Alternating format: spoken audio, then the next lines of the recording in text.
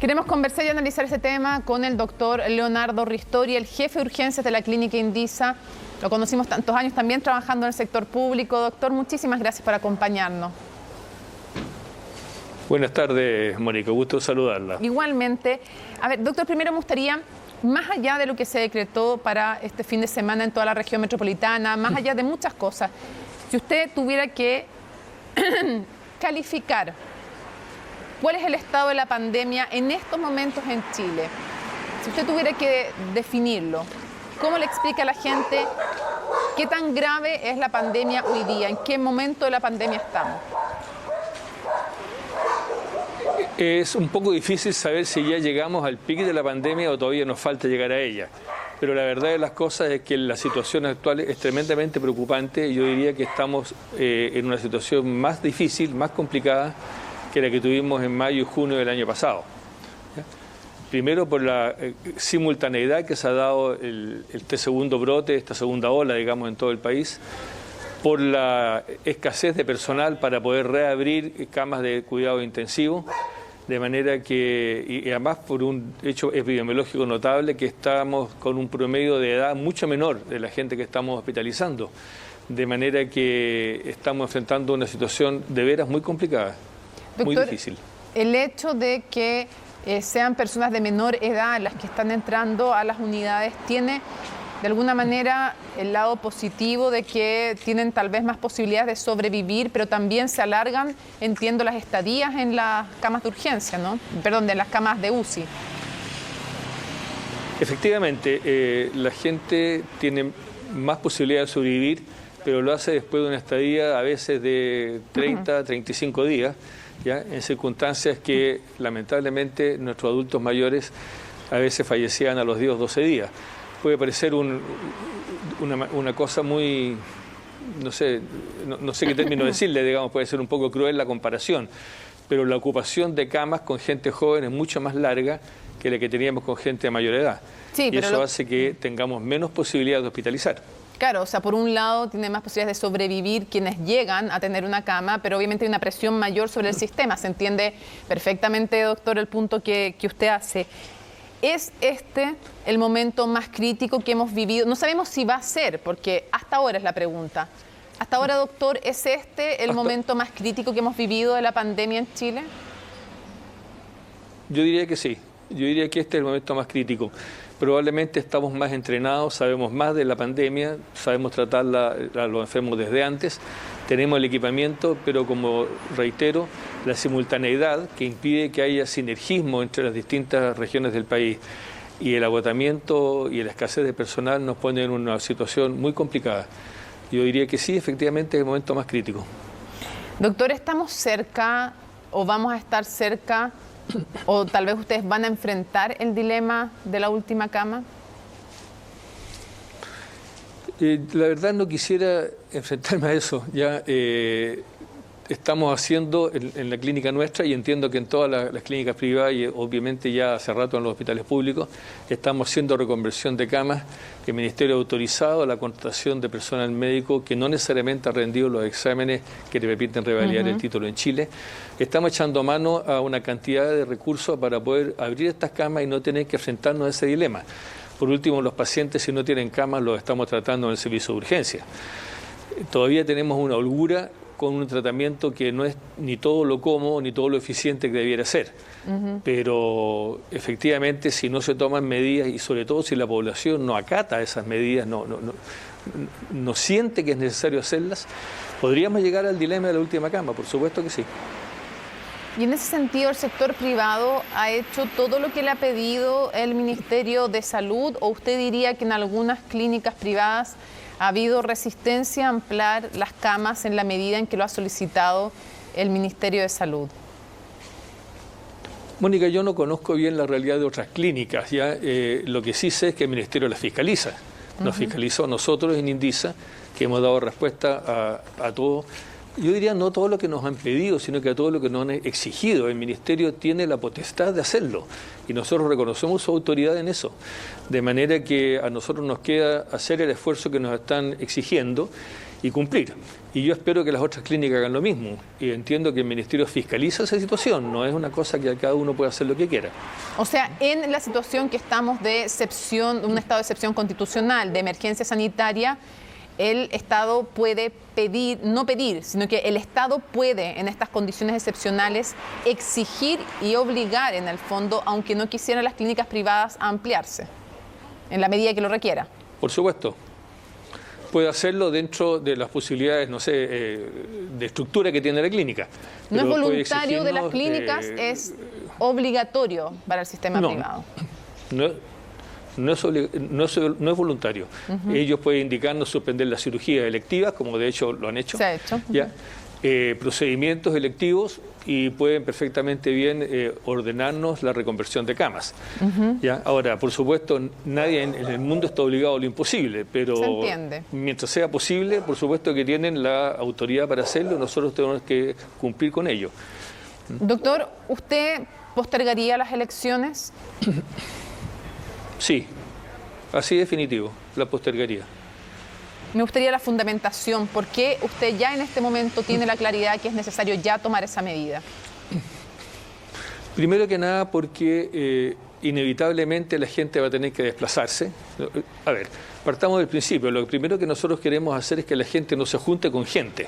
¿Ya? El virus no vuela solo ni camina. ¿Ya? Es la gente lo que lo transmite de una persona a otra. De manera que mientras menos la gente se junte, menos va a haber transmisión viral.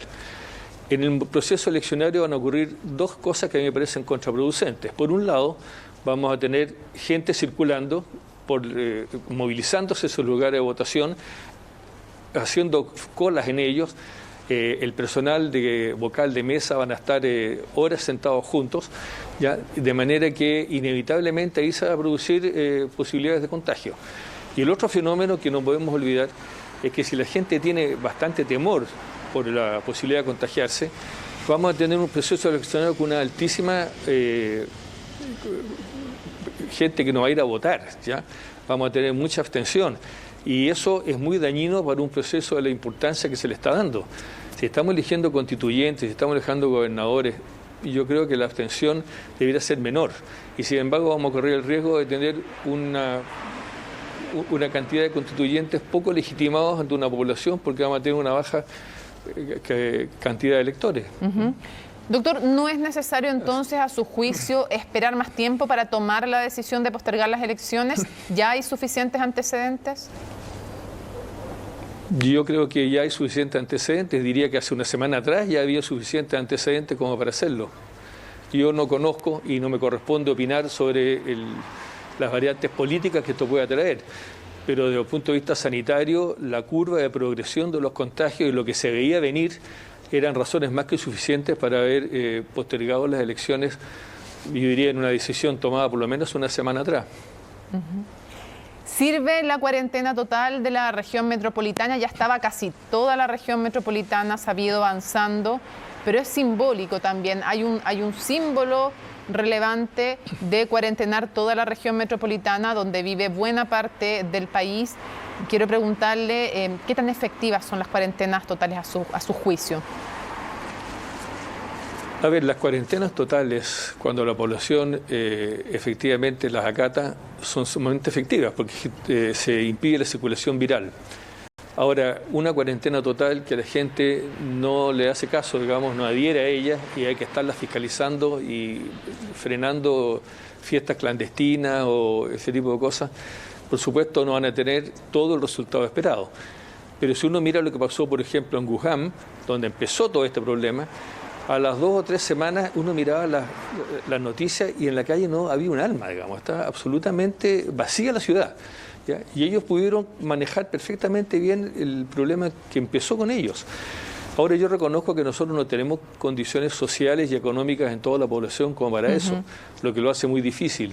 Pero efectivamente, si pudiéramos hacer una cuarentena total, obligatoria, y en que la gente no se moviera de sus casas nada más que para lo que es estrictamente indispensable, por supuesto que tendríamos buenos resultados. Doctor, ¿qué más falta hacer o qué no se ha hecho bien para enfrentar este momento que usted dice es el más crítico que se ha vivido en la pandemia en Chile? Yo creo que la respuesta hospitalaria está haciendo todo lo posible. Lo que probablemente deberíamos tratar de hacer más es la prevención de nuevos contagios. En ese lado está, por una parte, la cuarentena, están, por supuesto, las medidas de aislamiento, de protección, con la mascarilla, los protectores faciales, el lavado de manos y todo esto que se ha dicho tanto, ¿no? Pero además está el tema de la trazabilidad, ¿ya?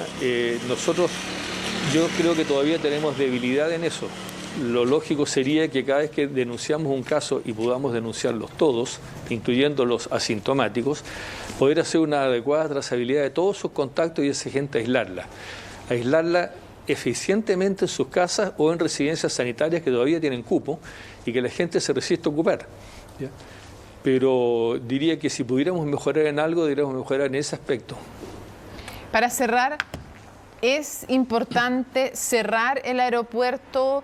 En un momento se cerraron todas las fronteras. Siempre hay que explicarle a la gente en sus casas que siempre los connacionales tienen derecho a volver a su país. Estamos hablando para quienes no son residentes en Chile. Cuando hablamos de cerrar fronteras, evidentemente cualquiera que viva en Chile, que sea chileno, tiene derecho a volver, y también los extranjeros residentes. Estamos hablando de turistas o gente que viene sin ser residente.